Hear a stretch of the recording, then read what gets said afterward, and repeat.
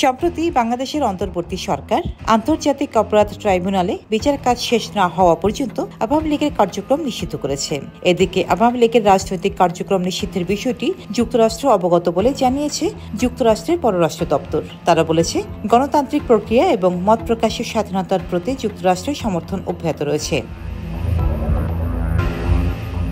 13 মে ওয়াশিংটনে নিয়মিত এক সংবাদ ব্রিফিংয়ে দেশটির পররাষ্ট্র দপ্তরের প্রধান উপমুখপাত্র টমি পিগট বলেন, আমরা অবগত আছি যে বাংলাদেশের অন্তর্বর্তী সরকার একটি বিশেষ ট্রাইব্যুনালে আওয়ামী লীগ ও তাদের নেতাদের বিচার শেষ না হওয়া পর্যন্ত দলটির সব রাজনৈতিক কার্যক্রম নিষিদ্ধ করেছে।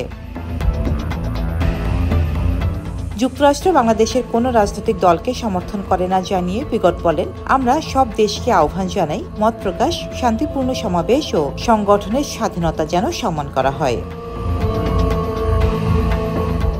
এক প্রশ্নের জবাবে পিগট বলেন, বাংলাদেশ ও তার জনগণের সঙ্গে 50 বছরেরও বেশি সময়ের অংশীদারিত্বকে আমরা মূল্য দেই। এই অংশীদারিত্ব আরও গভীর করতে আমরা অন্তর্বর্তী সরকারের সঙ্গে কাজ করে যাব। এদিকে ভারতের পররাষ্ট্র মন্ত্রণালয়ের মুখপাত্র রণধীর জয়সওয়াল বলেছেন, আওয়ামী লীগের উপর যথাযথ প্রক্রিয়া ছাড়াই নিষেধাজ্ঞা আরোপ উদ্বেগজনক। 13 মে নয়াদিল্লিতে এক সংবাদ সম্মেলনে তিনি বলেন, একটি গণতান্ত্রিক দেশ হিসেবে আমরা স্বাভাবিকভাবেই উদ্বিগ্ন, কারণ এতে গণতান্ত্রিক অধিকার খর্ব হচ্ছে এবং রাজনৈতিক পরিসর সংকুচিত হচ্ছে। তিনি আরো বলেন, আমরা বাংলাদেশে দ্রুত একটি অবাধ, সুষ্ঠু ও অংশগ্রহণমূলক নির্বাচনের পক্ষে দৃঢ়ভাবে অবস্থান করছি।